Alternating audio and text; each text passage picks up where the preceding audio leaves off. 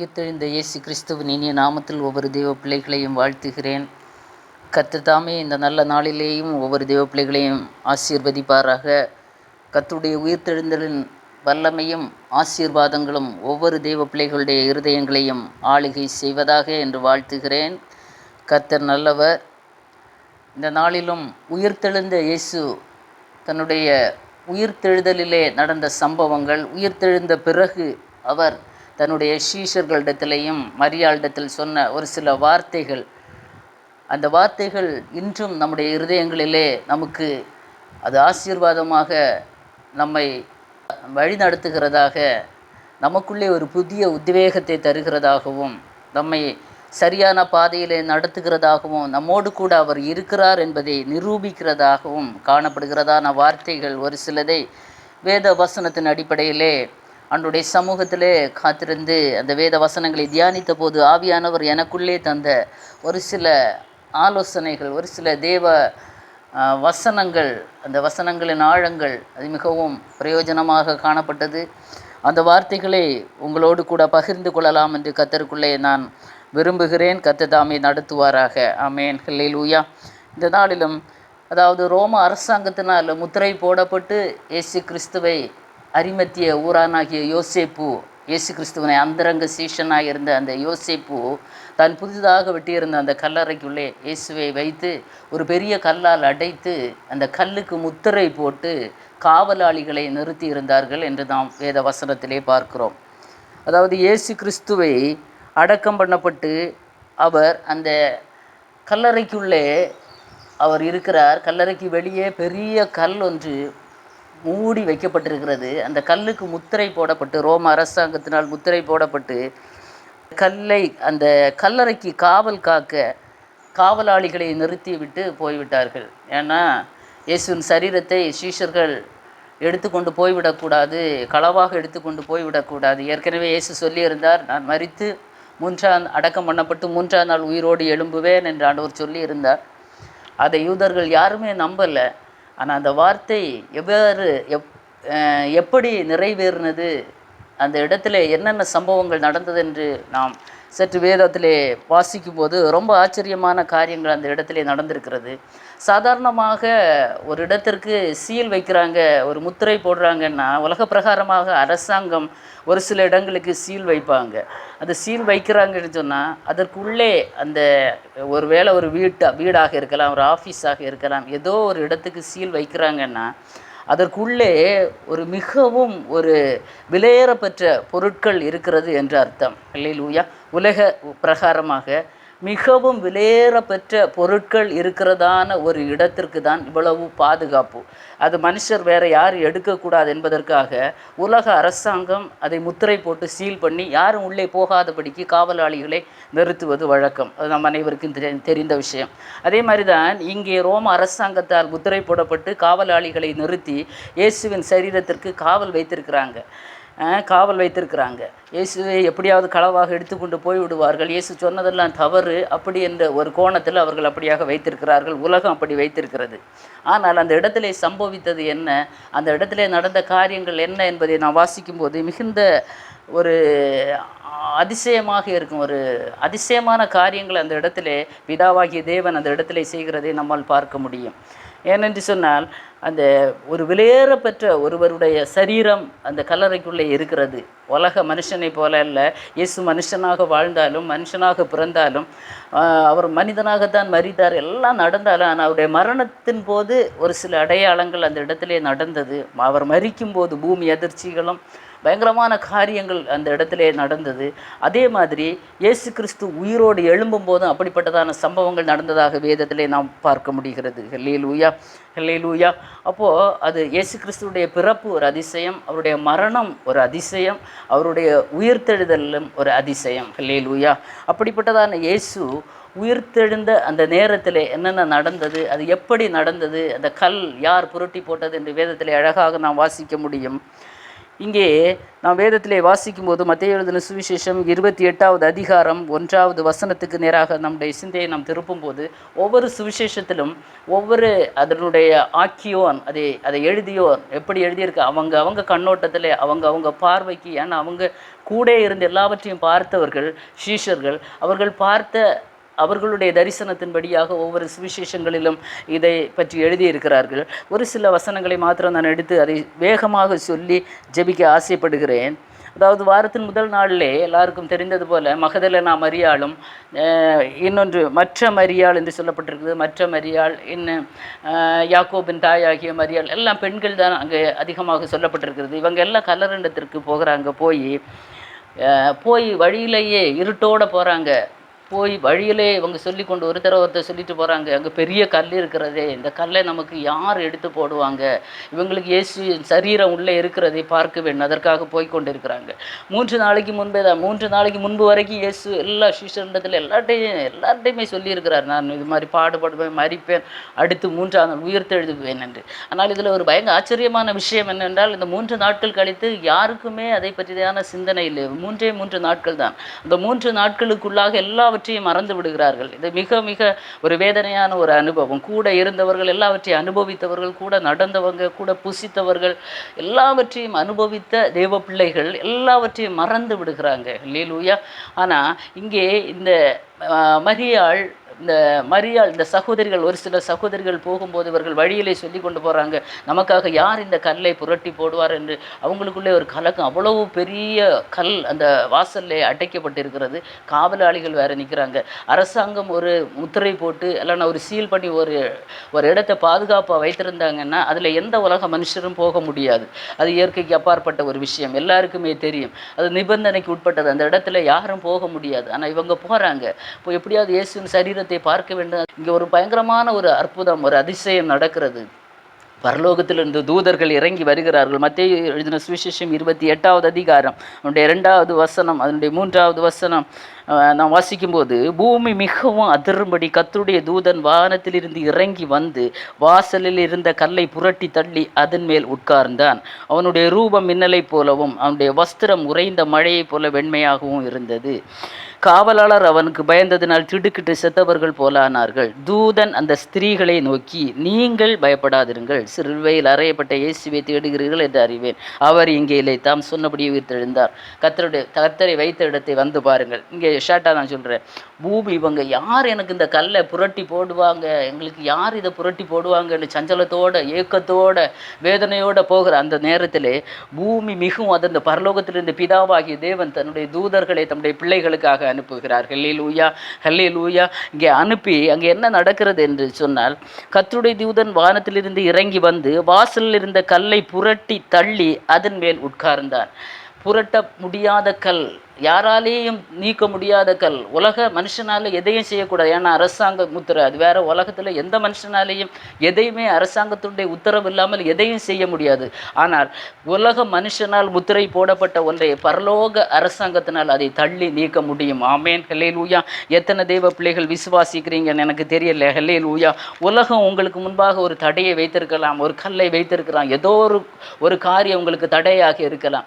உலகம் இவ்வளவுதான், இதை தாண்ட முடியாது, உன்னால் தாண்ட முடியாது என்று ஒரு எல்கையை குறிக்கும் போது பரலோகம் பார்த்து கொண்டு சும்மா இருக்காது. நீங்கள் கலங்கி நிற்கிற அந்த நேரத்திலே உங்களுக்காக ஒரு தூதனை அனுப்ப என் தேவாதி தேவன் வல்லமை உள்ளவராயிருக்கிறார். ஆமேன், ஹல்லேலூயா. இங்கே தூதன் கல்லை புரட்டி தள்ளி கல்லுக்கு மேலே அப்படி ஜம்முன்னு உட்கார்ந்து இருக்கிறார். ஹல்லேலூயா.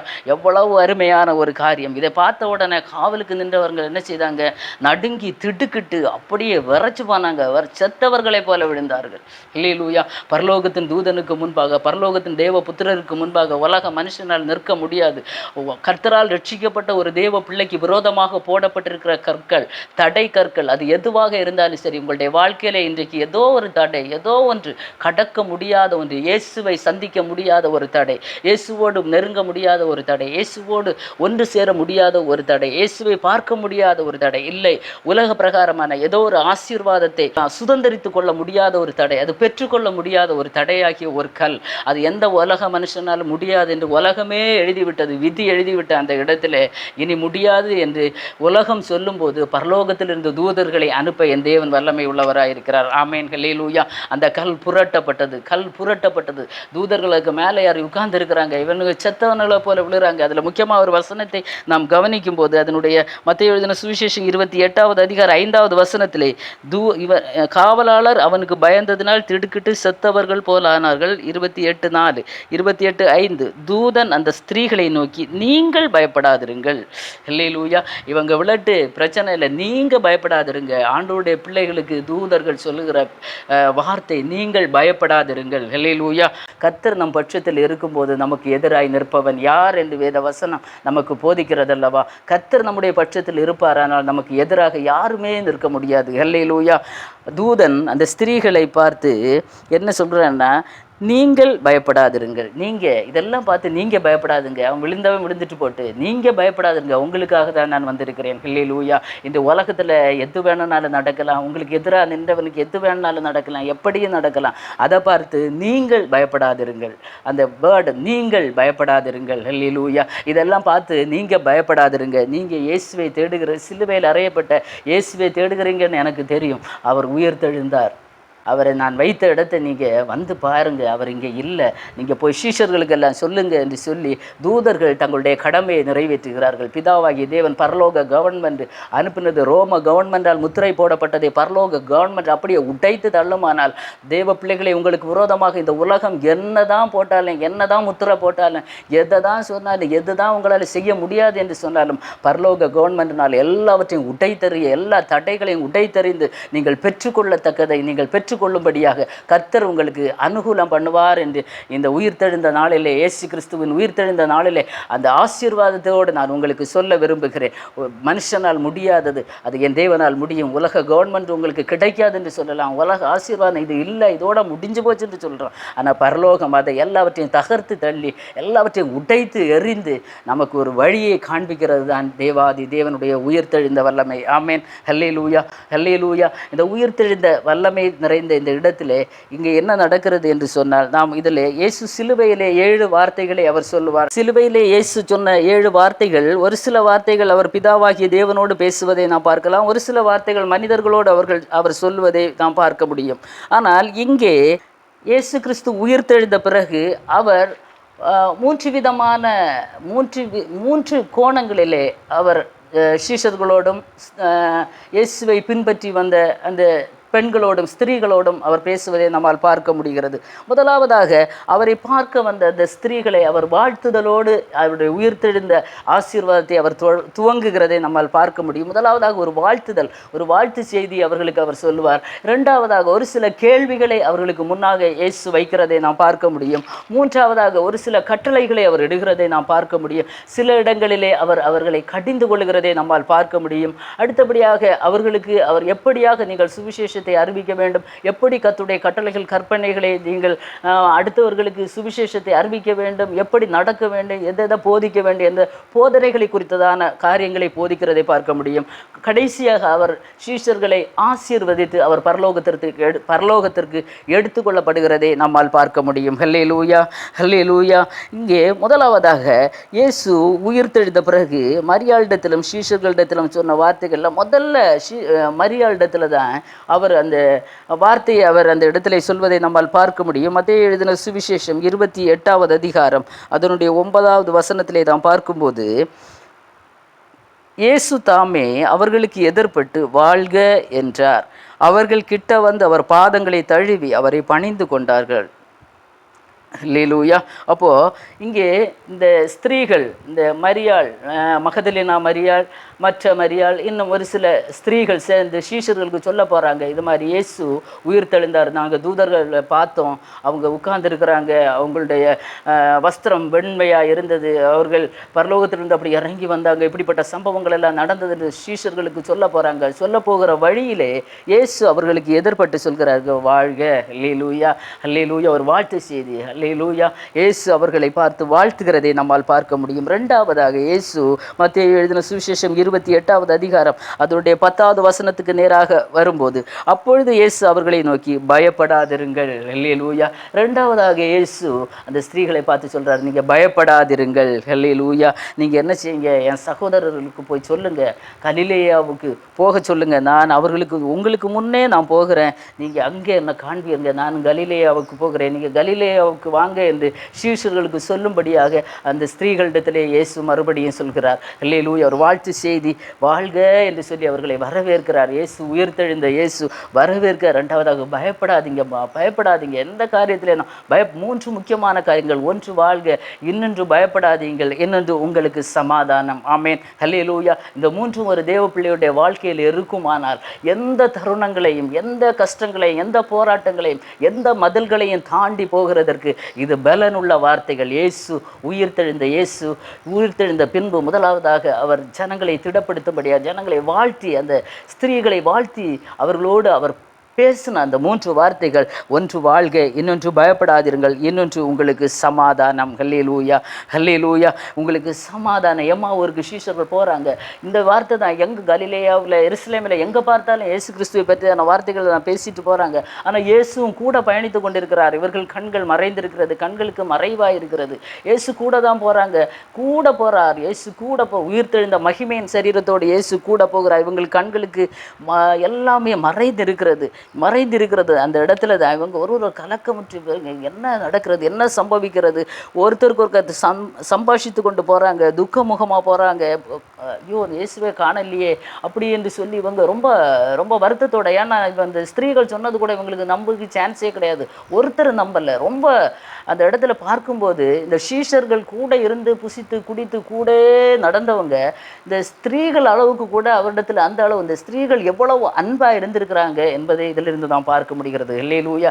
அதிகமாக இயேசு பெண்களுக்கு ஒரு பெரிய ஒரு ஸ்தானத்தை கொடுத்திருக்கிறார். வேத புஸ்தகத்திலே அதிகமாக நேசித்திருக்கிறார். அது மாதிரி தான் இந்த ஸ்திரீகளும் அதிகமாக இயேசுவை நேசித்திருக்கிறார்கள்.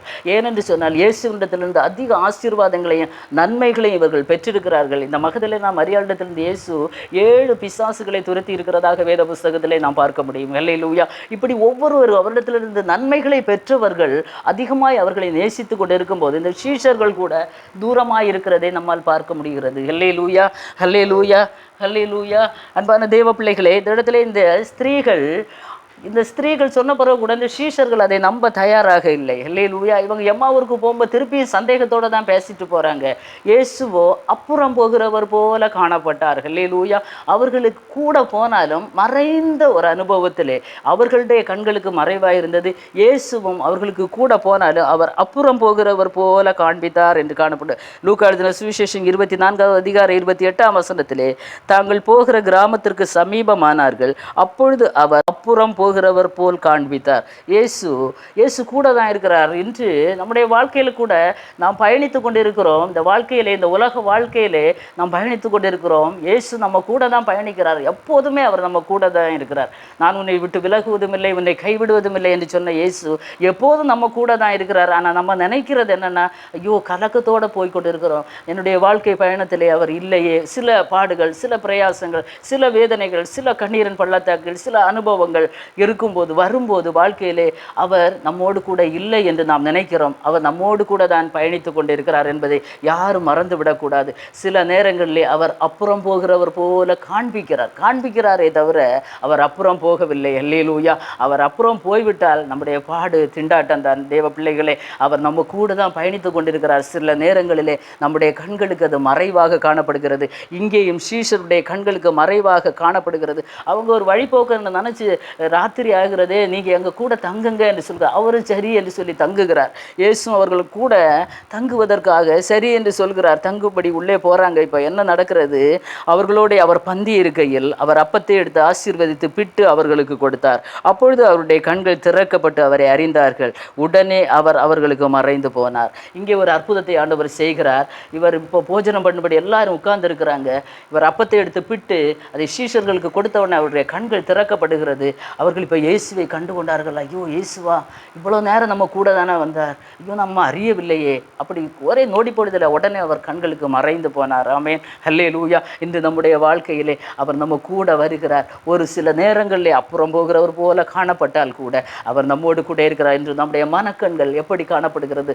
குருடாய் காணப்படுகிறதா, இல்லை திறக்கப்பட்ட ஒரு அனுபவத்தில் இருக்கிறதா? இயேசுவை நம்மளால் தரிசிக்க முடியுதா, இல்லை சந்தேகப்படுகிறோமா? சந்தேகப்பட்டால் நாம் அவரை தரிசிக்க முடியாது. நாம் அவரை விசுவாசித்தால் நாம் அவரை தரிசிக்க முடியும். ஆமென், ஹல்லேலூயா, ஹல்லேலூயா. அப்படி உங்களுக்கு சமாதானம் என்று சொல்லி 3 வார்த்தைகளுக்குள்ளாக அவர் அந்த ஸ்திரீகளிடத்திலும் சீஷர்களிடத்திலும் தம்மை வாழ்த்துதலோடு அவர்களை கர்த்தர் அறிமுகப்படுத்துகிறதை நம்மால் பார்க்க முடியும். அடுத்தபடியாக அவர் என்ன சொல்கிறார்னா, ஒரு சில கேள்விகளை அவர் அந்த சீஷர்களுக்கு முன்பாக வைக்கிறார். இல்லை மரியாளுக்கு முன்பாக, சீஷர்களுக்கு முன்பாக, தம்மோடு கூட இருந்த தம்முடைய பிள்ளைகளுக்கு முன்பாக ஒரு சில கேள்விகளை இயேசு வைக்கிறதை நாம் பார்க்க முடியும். லூக்கா எழுதின சுவிசேஷம் 24வது அதிகாரம் அதனுடைய 17வது வசனத்திலே நாம் பார்க்கும்போது, லூக்கா எழுதின சுவிசேஷம் 24வது அதிகாரம் அதனுடைய 17வது வசனத்திலே நாம் வாசிக்கும்போது, நீங்கள் துக்க முகமுள்ளவர்களாய் ஒருவரை ஒருவர் சொல்லிக் கொள்கிறது என்ன என்று ஆண்டவர் கேட்கிறார். ஹல்லேலூயா. இயேசு சீஷர்களை பார்த்து, நீங்கள் துக்க முகமுள்ளவர்களாய் வழி நடந்து ஒருவருக்கொருவர் சொல்லிக் கொள்ளுகிற காரியங்கள் என்ன என்று துக்க முகம். இன்று இயேசு, உயிர்த்தெழுந்த இயேசு, கூட இருந்த இயேசு இப்போ இவங்களுக்கு தெரியல, யாருன்னு தெரியல. ஆண்டவர் ஒரு கேள்வி அவர்களுக்கு முன்பாக வைக்கிறார். நீங்கள் துக்க முகமுள்ளவர்களாய் ஒருத்தர் இப்படி பேசிட்டு நடக்கிறீங்களே, என்னதான் பேசிட்டு நடக்கிறீங்க? ஆண்டவர் கேட்கிறார். அவருக்கே இதை பார்த்தபோது ரொம்ப ஒரு வேதனையாக இருந்தது. ஏற்கனவே இயேசு சொல்லி படித்து சொல்லி கொடுத்தார். நான் இப்படி பாடுபடணும், மனுஷகுமாரன் பாடுபட வேண்டும், பிதாவின் சித்தத்தை நிறைவேற்ற வேண்டும், சிலுவையில் மரிக்க வேண்டும், அடக்கம் பண்ணப்பட்டு 3 நாள் உயிர் தெழுவேன் என்று எல்லாம் சொன்ன பிறகும் எப்படி தான் இந்த 3 நாட்களுக்குள்ளே எல்லாம் மறந்து போனார்களோ என்றால் எனக்குமே ரொம்ப ஆச்சரியமாக தோன்றுகிறது. ஹல்லேலூயா, ஹல்லேலூயா. அன்பான தேவ பிள்ளைகளே, இந்த இடத்துல இவர்கள் துக்கமுகம் உள்ளவர்களாய் ஒருவர் பேசிக்கொண்டு போகிறது என்ன என்று ஆண்டவர் கேட்கிறார். ஹல்லேலூயா, ஹல்லேலூயா. அவர் தம்மை வெளிப்படுத்தின போதிலும் இவர்களுக்கு அதை நம்புவதற்கு எந்த சான்ஸும் இல்லை, எதுவுமே இல்லை.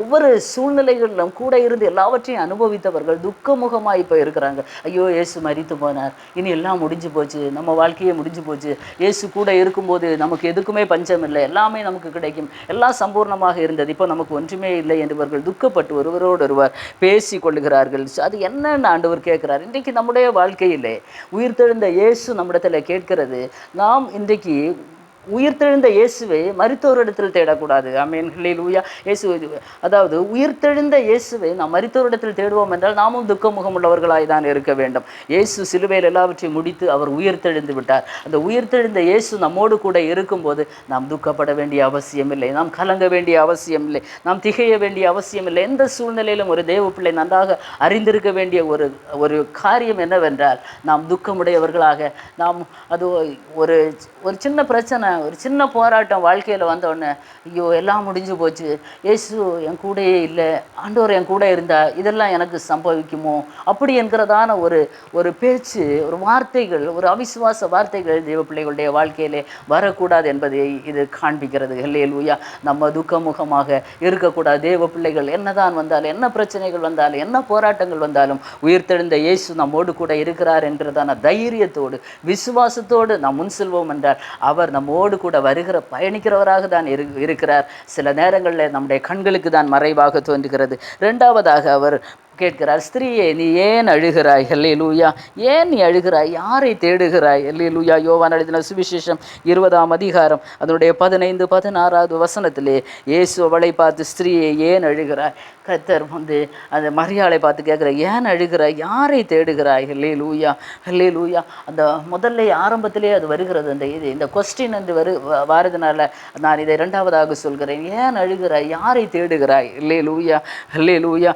அடுத்து இயேசுவே அவளை திரும்பி பார்த்து அவளை மரியாளே என்று கூப்பிடுகிறார். ஹல்லேலூயா.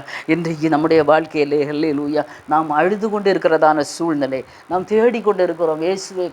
வாழ்க்கையில் சில நேரங்களில் சில பாதைகளில், அனுமதிக்கப்பட்ட சில பாதைகளில் பயணிக்கும் போது அவர் எல்லாருடைய, உங்களுடைய வாழ்க்கையிலும் சரி என்னுடைய வாழ்க்கையிலும் சரி, சில நேரங்களில் நம்ம நினைப்போம், ஆண்டவர் நம்ம கூட இல்லையோ என்று நாம் இந்த மரியாளை போல சில நேரங்களில் நாமும் கலங்குகிறதான நேரங்கள் உண்டு.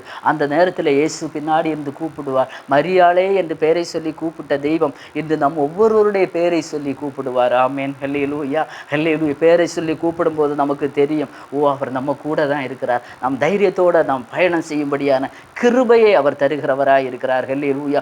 உயிர்த்தெழுந்த இயேசு அவர் உயிர்த்தெழுந்த பிறகு கூட அந்த ஜனங்களை எப்படியாக அவர் அந்த விசுவாச பாதையில் அவர் நடத்துகிறார் என்பதை எண்ணி பார்க்கும்போது மிக ஆச்சரியமாக இருக்கிறது. மூன்றாவதாக, நீங்கள் ஏன் கலங்குகிறீர்கள், ஏன் சந்தேகப்படுகிறீர்கள்? லூக்கா எழுதின சுவிசேஷம் 24வது அதிகாரம், லூக்கா 24 அதனுடைய 38வது வசனத்திலே, நீங்கள் ஏன் கலங்குகிறீர்கள், உங்கள் இருதயங்களில் சந்தேகங்கள் எழும்புகிறது என்ன? ஹல்லேலூயா. இயேசுவை பார்த்த பிறகு உங்களுக்கு சந்தேகம். ஹல்லேலூயா. சந்தேகம், இயேசுதானா இல்லையா என்கிறதான சந்தேகம் ஆண்டவர் கேட்குறார். நீங்கள் ஏன் கலங்குகிறீர்கள், நீங்கள் ஏன் சந்தேகப்படுகிறீர்கள்? ஒரு தேவ பிள்ளைகளுடைய வாழ்க்கையிலே கலக்கங்கள் இருக்கக்கூடாது, சந்தேகங்கள் வரக்கூடாது. தேவ காரியங்களை குறித்து, கர்த்தரை குறித்ததான காரியங்கள், தேவ வசனங்களை குறித்ததான காரியங்கள், மகிமைக்குரியதான காரியங்களை குறித்ததான கலக்கங்கள், சந்தேகங்கள் நம்மிடத்தில் வரக்கூடாது. ஏனென்றால் உயிர்த்தெழுந்த இயேசு நம்மோடு கூட இருக்கிறார். ஹல்லேலூயா. உயிர்த்தெழுந்த இயேசு நம்மோடு கூட இருக்கிறார் என்கிறதான ஒரு விசுவாசம் நமக்குள்ளே வரும்போது இந்த கலக்கங்கள், இந்த சந்தேகங்கள் நம்மை விட்டு போகும். ஹல்லேலூயா. சந்தேகப்படுகிறவன் எதையும் ஆண்டவரிடத்திலிருந்து பெற்றுக்கொள்ள முடியாது. ஹல்லேலூயா. நீ விசுவாசித்தால் தேவனுடைய மகிமையை காண்பாய் என்று சொன்ன தேவன், நாமும் விசுவாசிப்போம், தேவனுடைய மகிமையை காண்போம். ஆமேன். ஹல்லேலூயா. அடுத்தபடியாக இன்னொரு கேள்வியை கேட்கிறார் அவர், பிள்ளைகளே புசிக்கிறதற்கு ஏதாகிலும் உண்டா? ஹல்லேலூயா. எப்படியாகிலும் இந்த சீஷர்களை அவர்களுடைய சந்தேகத்தை அவர்களை விட்டு விலக்கி நான் இயேசுதான் என்று அவர்களுக்கு காண்பிக்கும்படியாக கர்த்தர் படிப்படியாக ஒவ்வொரு நிலைகளிலும் அவர்களோடு பயணித்து, அவர்களோடு தங்கி, அவர்களோடு புசித்து, அவர்களோடு உறவாடி, எப்படியெல்லாம் அவர்களை அந்த விசுவாசத்திலே உறுதிப்படுத்துவதற்காக ஒரு நல்ல தகப்பன், ஒரு நல்ல மேய்ப்பன் அந்த ஆடுகளை எப்படி நடத்துகிறார், அந்த சீஷர்களை எப்படி நடத்துகிறார், அந்த ஸ்திரீகளை எப்படி நடத்துகிறார் என்று பார்க்கும்போது ரொம்ப ரொம்ப ஆச்சரியமாக இருக்குது. ரொம்ப மார்வலஸான காரியங்கள் இந்த இடத்துல இயேசு நடப்பிக்கிறதை நம்மால் பார்க்க முடிகிறது. அடுத்து கேட்கிறார், புசிக்கிறதற்கு ஏதாகிலும் உண்டா என்று கேட்கிறார். பிள்ளைகளே புசிக்கிறதற்கு ஏதாகிலும் உண்டா? யோவான் எழுதின சுவிசேஷம் 21வது அதிகாரம் அதனுடைய 5வது வசனத்திலே வாசிக்கும்போது, பிள்ளைகளே புசிக்கிறதற்கு ஏதாகிலும் உங்களிடத்தில் உண்டா என்றார். அதற்கு அவர்கள் ஒன்றுமில்லை என்றார்கள். அல்லேலூயா, அல்லேலூயா. சீஷர்களிடத்தில் ஆண்டவர் கேட்கிற, புசிக்கிறதற்கு ஏதாவது இருக்கு? ஒன்றும் இல்லை. இயேசு இல்லாத வாழ்க்கை ஒன்றுமில்லாத வாழ்க்கை. அல்லேலூயா. இயேசு இல்லாத வாழ்க்கை ஒன்றுமே இல்லை, எம்டி, ஒன்றுமே இல்லை, எதுலேயுமே ஒன்றுமில்லை, எது இருந்தாலும் ஒன்றுமில்லை, ஒரு நிறைவில்லாத வாழ்க்கை. அல்லேலூயா, அல்லேலூயா. ஒன்றுமே இல்லை என்று சொல்கிறார்கள். அல்லேலூயா, அல்லேலூயா.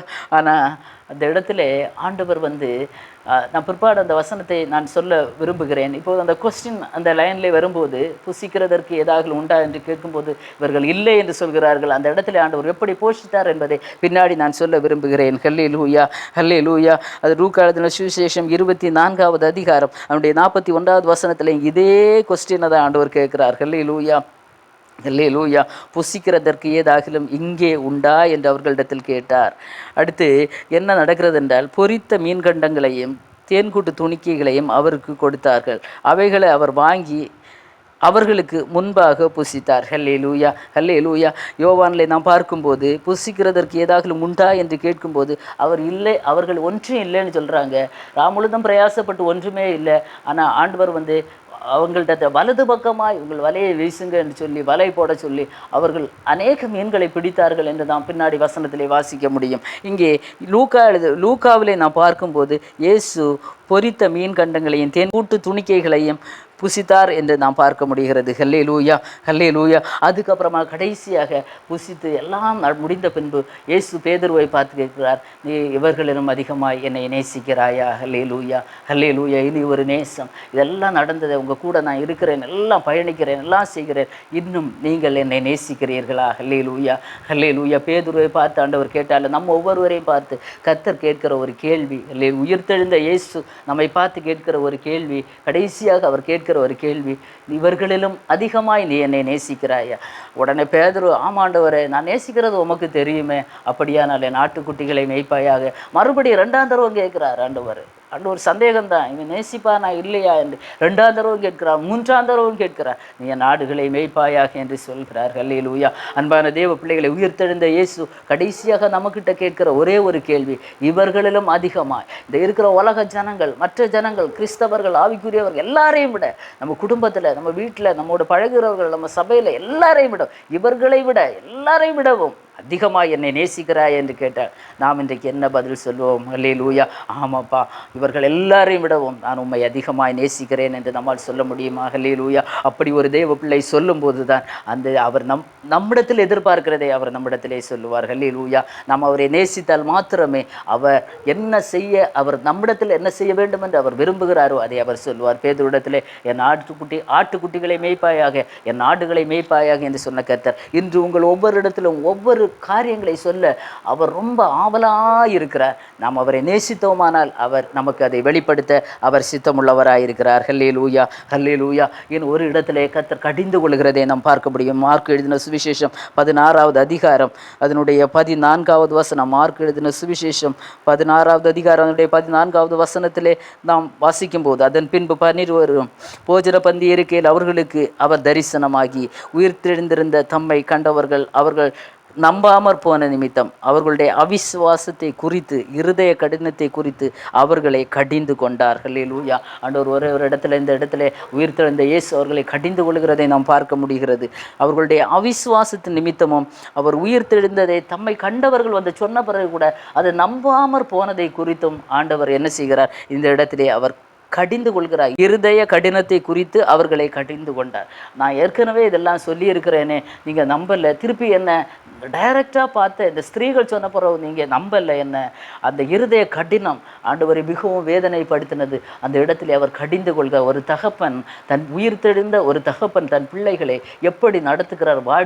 வாழ்த்துதலை கூறுகிறார், ஒரு சில கேள்விகளை கேட்கிறார். இப்படி இருக்கக்கூடாது, கலங்கக்கூடாது, அழக்கூடாது, பயப்படக்கூடாது, சமாதானமாக இருக்கணும், நீங்கள் விசுவாசம் உள்ளவர்களாக இருக்கணும், அப்படி அவர்களை உறுதிப்படுத்துகிறார். கடிந்து கொள்ள வேண்டிய இடத்திலே அவர் கடிந்து கொள்ளுகிற ஒரு நல்ல தகப்பனாகவும் இருக்கிறார். ஆமேன். ஹல்லேலூயா. எத்தனை பேர் விசுவாசிக்கிறீங்க? அவர் நம்மை கடிந்து கொள்ளும் போது, ஹல்லேலூயா, கடிந்து கொள்ளுகிற ஒரு நல்ல தகப்பன் நமக்கு இருக்கிறபடியால் தான் நாம் சரியான பாதையிலே போய்கொண்டிருக்கிறோம் என்பதை ஒவ்வொரு தேவ பிள்ளைகளையும் மறந்து விடக்கூடாது. ஹல்லேலூயா. விசுவாசத்தில் எப்படியாவது உறுதிப்படுத்த வேண்டும் என்பதற்காக இப்பேற்பட்ட காரியங்களை சீஷர்களிடத்திலே அவர் சொல்லி அவர் வழி நடத்துகிறதை பார்க்க முடிகிறது. அடுத்தபடியாக ஒரு சில கட்டளைகளை ஆண்டவர் கொடுக்கிறார், ஒரு சில காரியங்களை அவர்களுக்கு போதித்து கொடுக்கிறார். இப்படி செய்ய வேண்டும், இதை செய்யக்கூடாது என்று. அதில் முதலாவதாக ஆண்டவர் மரியாளிடத்தில் சொல்கிறார், என்னை தொடாதே. ஹல்லேலூயா. ஒரு கட்டளை. யோவான் எழுதின சுவிசேஷம் 20ஆம் அதிகாரம் அதனுடைய 17வது வசனத்திலே இயேசு அவளை நோக்கி, என்னை தொடாதே, நான் இன்னும் என் பிதாவிடத்திற்கு ஏறி போகவில்லை. ஹல்லேலூயா, ஹல்லேலூயா. என்னை தொடாதே. ஹல்லேலூயா. உயிர்த்தெழுந்த இயேசு மகிமையின் சரீரத்தோடு இருக்கும்போது ஒரு இடத்துல ஃபஸ்ட்டு முதலாக மரியாள் இயேசுவை கண்டவுடனே ஓடி போயிருப்பா. ரொம்ப நேசித்த ஒரு தகப்பன், ஒரு நல்ல மேய்ப்பன் கூட பார்த்த உடனே ரொம்ப சந்தோஷப்பட்டு, ஏன்னா அவர் அவ்வளவு பாடுகளை பட்டு அவர் மரித்தார். அந்த துக்கம் அவங்களுக்கு இருந்தது. இப்போ உயிர்த்தெழுந்து விட்டார். அவரை பார்த்த உடனே அவ்வளோ ஒரு சந்தோஷம். 3 நாட்கள் தான் ஆகிறது. ஏதோ 30 வருஷம் ஆனது போல அவர்களுக்குள்ளே ஒரு பயங்கரமான ஒரு அன்பு, அவ்வளவு ஒரு பாசத்தில் அவள் நெருங்கி போகிறாள். என்னை தொடாதே. ஹல்லேலூயா, ஹல்லேலூயா. அந்த இடத்துல இயேசு ஒரு கட்டளையை கொடுக்கிறார், நீ என்னை தொடாதே என்று சொல்கிறார். 2ஆவதாக இனி ஒன்று நாம் வாசிக்கும் போது யோவான் எழுதின சுவிசேஷம் 20வது அதிகாரம் அதனுடைய 27 மற்றும் 29வது வசனத்திலே அவிசுவாசியாயிராமல் விசுவாசியாயிரு என்று கட்டளை இடுகிறார். அவிசுவாசமாயிருக்காதே, விசுவாசியாயிரு. தோமாவை பார்த்து மற்ற சீஷர்களிடத்தில் இயேசு தம்மை வெளிப்படுத்தின போது இந்த தோமா அந்த இடத்துல இல்லை, அவர் வேற எங்கேயோ போயிருந்தார். திருப்பி அவர் வந்தபோது இந்த சீஷர்கள் சொல்கிறாங்க, இப்படி இயேசு உயிர்த்தெழுந்தார், நாங்கள் பார்த்தோம், எல்லாமே நாங்கள் அவரை பார்த்தோம், அவங்க கூட புசித்தோம், எல்லாமே செய்தோம் அப்படின்னு சொன்னால், இந்த தோமா சொல்கிறார், இல்லை நான் விசுவாசிக்கவே மாட்டேன், நான் பார்க்கணும், அவரை பார்த்து அவருடைய விழாவில் கையை போட்டு பார்க்கணும், கையில் அடித்திருக்கிற ஆணிகள் அந்த தழும்புகளில் நான் கையை விரலாக போட்டு பார்த்தா தான் நான் விசுவாசிப்பேன் அப்படி என்று இந்த தோமா சொல்கிறார். இதை பார்த்து ஆண்டவர் வேதனைப்பட்டு சொல்லுகிறார், ஹல்லேலூயா, நீ என்ன செய் அவிசுவாசி ஆயிராமல் விசுவாசியாயிரு. ஆனாலும் இரக்கமுள்ள தேவன் என்ன சொல்கிறார்? தோமாவை பார்த்து, நீ உன் விரலை இங்கே நீட்டி என் கைகளை பார், உன் கையை நீட்டி என் விரலிலே போடு, என் விழாவிலே போடு, உன் கையை நீட்டி என் விழாவிலே போடு, அவிசுவாசியாயிராமல் விசுவாசியாயிரு என்று கட்டளையிடுகிறார். இங்கே அநேக இடத்திலே நாம் பார்க்கும்போது அவர்களுடைய விசுவாச குறைவதான் ஆண்டவர் நிவர்த்தி செய்கிறதை நம்மால் பார்க்க முடியும். அவர்களால் விசுவாசிக்க முடியல, அவங்களால நம்ப முடியல இது இயேசுவா என்று. அன்பான தேவ பிள்ளைகளை, இன்று நம்முடைய விசுவாசங்கள் எப்படி இருக்கிறது? அவர்கள் தரிசித்து நடந்தார்கள், நாம் விசுவாசித்து நடக்கிறோம். நாம் பாக்கியவான்கள். தோமாவிடத்திலே ஆண்டவர் சொல்லுகிறார், நீ கண்டு விசுவாசிக்கிறாய், ஆனால் காணாமல் விசுவாசிக்கிறவர்கள் பாக்கியவான்கள். நாம் எல்லாரும், நீங்களும் தான் அந்த காணாமல் விசுவாசிக்கிற அந்த கூட்டத்திலே நாம் இருக்கிறோம். நாம் அதிக பாக்கியம் உள்ளவர்கள். ஹல்லேலூயா. இந்த அப்போஸ்தலர்களும் இந்த சீஷர்களும் இந்த தீர்க்கதரிசிகளும் அவர்கள் எழுதி, நம்முடைய முற்பிதாக்களும் எழுதி வைத்திருக்கிறதை மாத்திரம் நாம் விசுவாசிக்கிறோம். நாம் அதரிசனமான தெய்வத்தை நாம் என்ன செய்கிறோம்? தரிசித்து நடவாமல் நாம் விசுவாசித்து நடக்கிற நாம் பாக்கியவான்கள். உண்மையிலே நாம் பாக்கியவான்கள். இயேசு சொல்கிறார், நீ விசுவாசித்தால் தான் நீ பாக்கியவான். ஹல்லேலூயா. நாம் விசுவாசித்து நடக்கிற நாம் பாக்கியவான்கள். தோமாவிடத்தில் ஆண்டவர் சொல்லுகிறார், நீ அவிசுவாசியாயிராதப்பா, நீ விசுவாசியாயிரு. இன்று நம்முடைய அவிசுவாசங்கள், இல்லை ஆண்டவர் என் கூட இல்லை, அவர் இருந்தால் எனக்கு இப்படி எல்லாம் நடந்திருக்காரு, அவர் என் கூட இல்லை, அவர் என் கூட இல்லை என்று யாராவது நினைத்து கொண்டு இருக்கிறீங்க, அவிசுவாசிக்காதுங்க. உங்களுடைய எப்பேற்பட்ட சூழ்நிலையிலும் அவர் உங்களோடு கூட பயணிக்கிறார், உங்களோடு கூட தங்கி இருக்கிறார், உங்களோடு கூட போஜனம் பண்ணுகிறவராய் இருக்கிறார் என்பதை யாரும் மறந்துவிட வேண்டாம். ஆமேன். ஹல்லேலூயா, ஹல்லேலூயா. இன்னொரு வசனத்தை வாசிக்கும் போது யோவான் எழுதின சுவிசேஷம் 21வது அதிகாரம் அதனுடைய 6வது வசனத்திலே இயேசு அவர்களை சீஷர்களை நோக்கி என்ன சொல்கிறாருன்னா, வலதுபுறமாய் வலையை போடுங்கள், அப்போது அகப்படும். ஹல்லேலூயா. இவங்க ஒன்றும் அகப்படவில்லை என்று முதலாவது சொன்னாங்களே, புசிக்கிறதற்கு ஏதாவது உண்டா? ஒன்றும் இல்லைன்னு சொல்கிறாங்க. ஹல்லேலூயா, ஹல்லேலூயா. இங்கே ஆண்டவர் என்ன சொல்கிறாருன்னா, நீங்கள் ஒன்றும் இல்லையா, வலதுபுறமாக உங்கள் வலையை வீசுங்கள், உங்களுக்கு வேண்டியது அங்கே அகப்படும். ஹல்லேலூயா, ஹல்லேலூயா, ஹல்லேலூயா. யோவான் எழுதின சுவிசேஷம் 21வது அதிகாரம் 6வது வசனம், நீங்கள் படவுக்கு வலதுபுறமாக வலையை போடுங்கள், அப்பொழுது உங்களுக்கு அகப்படும் என்றார். அப்படியே அவர்கள் போட்டு திரளான மீன்கள் அகப்பட்டதினாலே அதை இழுக்கப்படாதிருந்தார்கள். இழுக்க முடியலை. ஆண்டவருடைய வார்த்தையின்படி வலையை போட்டார்கள். ஹல்லேலூயா.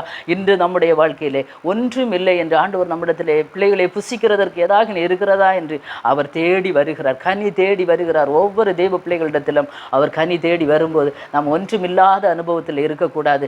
ஒன்றுமில்லாத அனுபவத்தில் இருந்தால் கூட அவர் நமக்கு ஒரு சான்ஸ் தருகிறார். வலதுபுறமாய் வலையை வீசுங்கள். ஹல்லேலூயா. வலதுபுறமாக போடுங்க.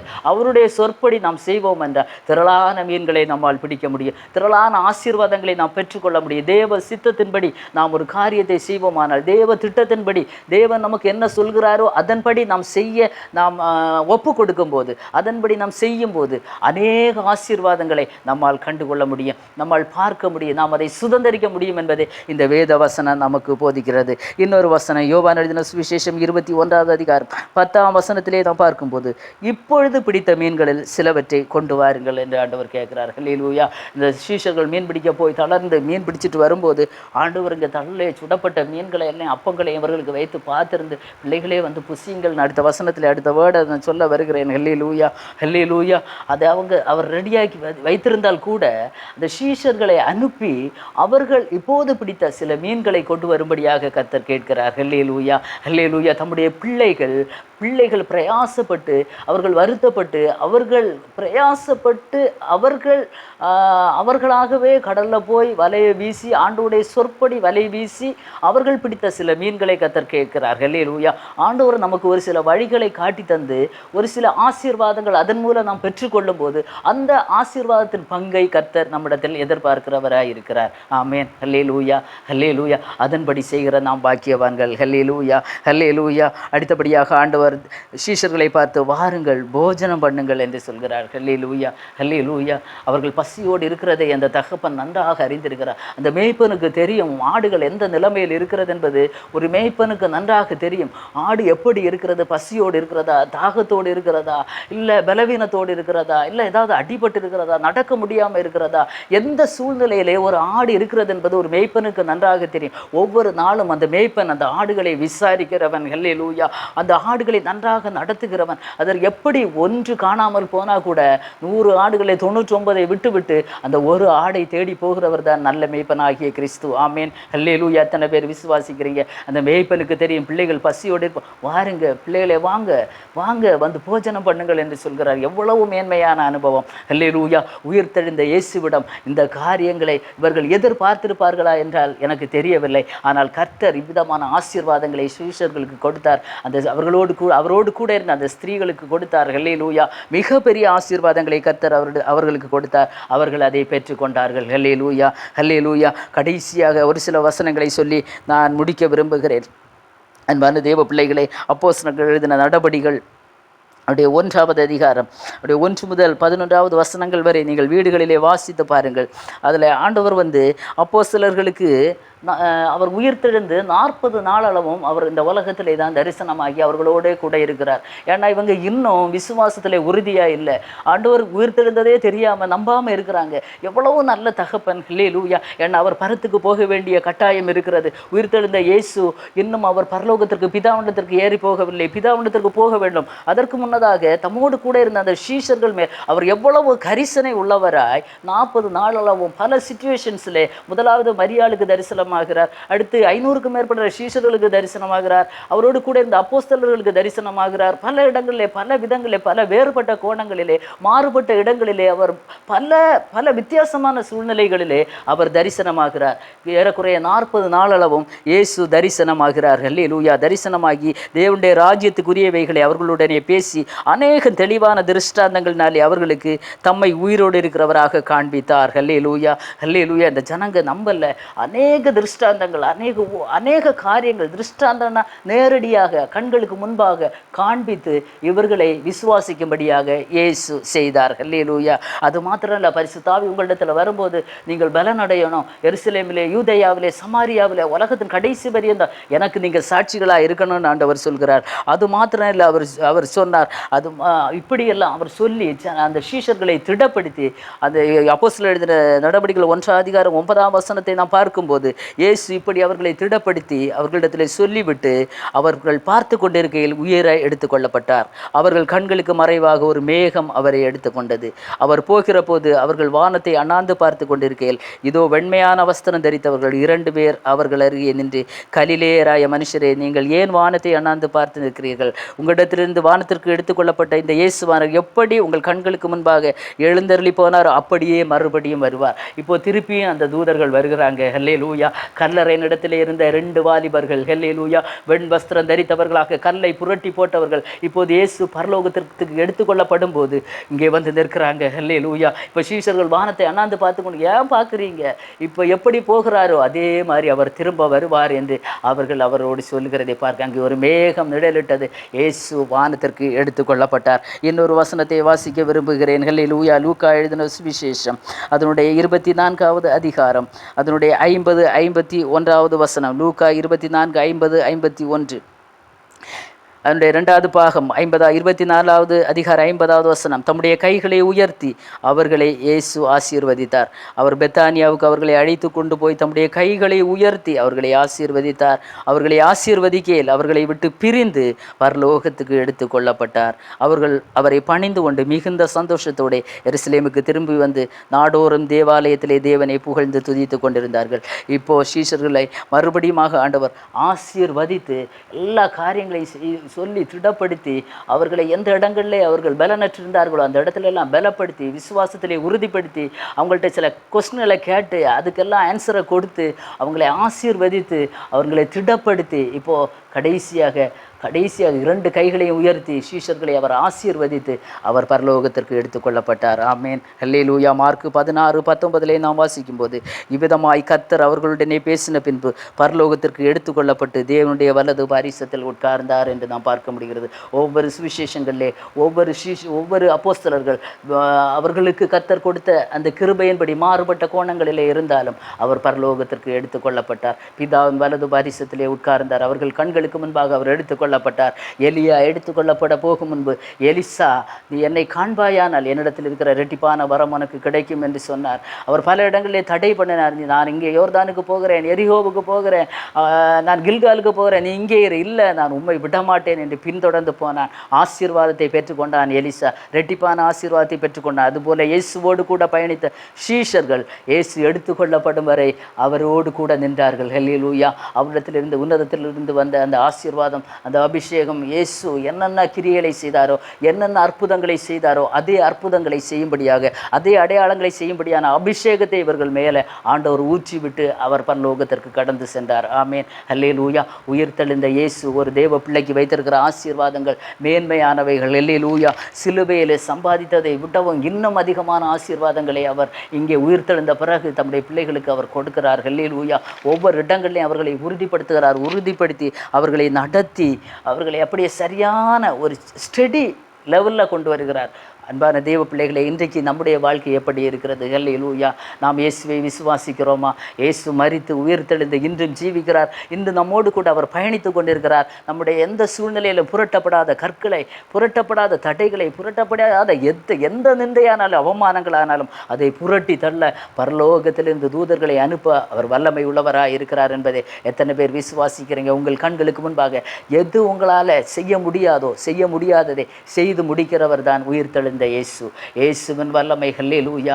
அவர் சில நேரங்களில் அப்புறம் போகிறவர் போல் காணப்பட்டாலும் அவர் நம்மோடு கூட பயணிக்கிறவராக காணப்படுகிறார் என்பதை மறந்துவிடக்கூடாது. யோபு சொல்லும்போது என் மீட்பர் உயிரோடு இருக்கிறார். ஹல்லேலூயா. ஹல்லேலூயா.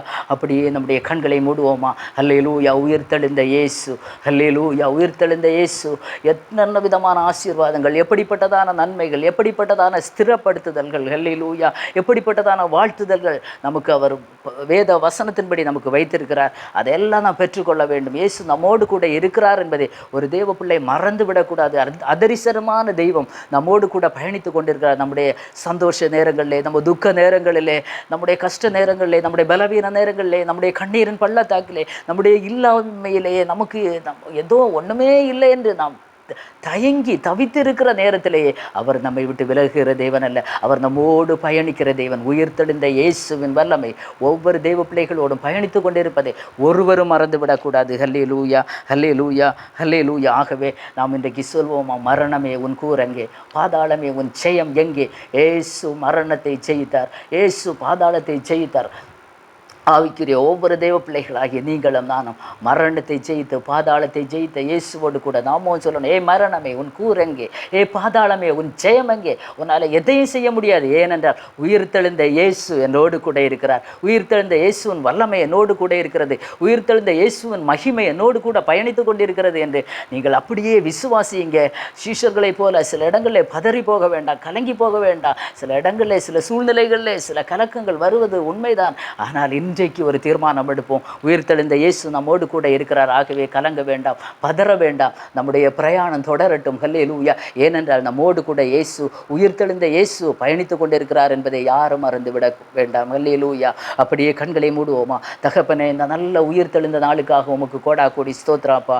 ஆண்டவரே, ஹல்லேலூயா. மரியாளுக்காக ஒரு கல்லை புரட்டுவதற்காக பரலோகத்திலிருந்து தூதர்களை அனுப்பின தேவன் இன்றைக்கு ஏதோ புரட்ட முடியாத கற்கள், தடைகள், ஆண்டவரே, ஏதோ ஆசீர்வாதத்திற்கு ஆண்டவரே தடைகளை சத்துரு போட்டு முத்திரை போடப்பட்ட அனுபவங்கள் தேவ பிள்ளைகளுக்கு முன்பாக இருக்கலாம். ஆண்டவரே, இன்றைக்கு நேர் பரலோகத்தில் இருந்து ஆண்டவரே தூதர்களை அனுப்பி அந்த தடைகளை உடைத்து இயேசுவை, உயிர்த்தெழுந்த இயேசுவை பார்க்கும்படியாகவும், தரிசிக்க முடியாத உம்மை தரிசிக்கும்படியாகவும், ஆண்டவரே எந்த ஆசீர்வாதங்கள் தடைப்பட்டு இருக்கிறதோ, பெற்றுக்கொள்ள முடியாத ஆசீர்வாதங்கள், சத்துரு தடை போட்டு முத்திரை போட்டு இனி முடியாது என்று சொல்கிறதான ஆசீர்வாத நன்மைகளை பரலோகத்திலிருந்து தூதர்களை அனுப்பி அந்த தடைகளை கர்த்தர் உடைத்தறிந்து தேவ பிள்ளைகளுடைய வாழ்க்கையிலே சகலத்தை சம்பூர்ணமாய் கர்த்தர் கொடுக்க வல்லமை உள்ளவராய் இருக்கிறீர் என்பதை நான் விசுவாசிக்கிறேன். கர்த்தாவே, என்னென்ன தேவைகளோடு இருக்கிற தேவ பிள்ளைகள் இருக்கிறாங்களோ அந்த தேவைகளை ஒவ்வொரு தேவ பிள்ளைகளுக்கும் உயிர்த்தெழுந்த தேவ வல்லமை ஆண்டவரே ஏற்ற நேரத்திலே சகாயம் கிடைக்கும் அந்த தேவ கிருபையினாலே ஒவ்வொரு தேவ பிள்ளைகளுக்கும் கிடைக்க செய்வீராக. தடைகள் எல்லாம் கர்த்தர் உடைத்திருந்தபடியால் ஸ்தோத்திரம்.